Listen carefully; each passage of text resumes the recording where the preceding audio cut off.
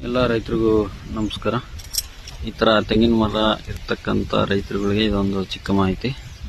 ಏನಪ್ಪಾ ಅಂದ್ರೆ ನಾರಾಯಣ ರೆಡ್ಡಿ ಸರ್ ನುಸಿ ರೋಗ ಇರ್ತಕ್ಕಂತಹ ಹಾಗಾಗಿ ನಾವು ನಮ್ಮ ತೋಟದಲ್ಲಿ ಸುಮಾರು ಒಂದು 8 ವರ್ಷದಿಂದ ಯೂಸ್ ಮಾಡ್ತಾ ಇದ್ವಿ. ಸೊ ನಮಗೂ ಚೆನ್ನಾಗಿದೆ ರಿಸಲ್ಟು.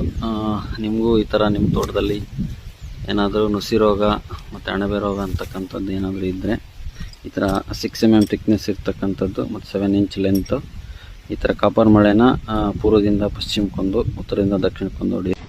ಈ ಥರ ಮಳೆ ಹೊಡೆಯೋದ್ರಿಂದ ನುಸಿ ರೋಗ ಬರೋದಲ್ಲ ರೈತರಿಗೆ. ಓಕೆ, ಹೊಡಿತಾ ಇದ್ದಾರೆ ನೋಡಿ ಎಷ್ಟು ಈಜಿ.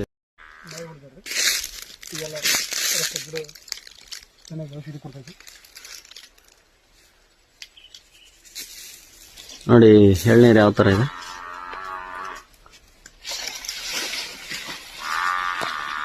ಇದು ಕಾಪರ್ ಮಳೆ ಹೊಡೆದಿರೋ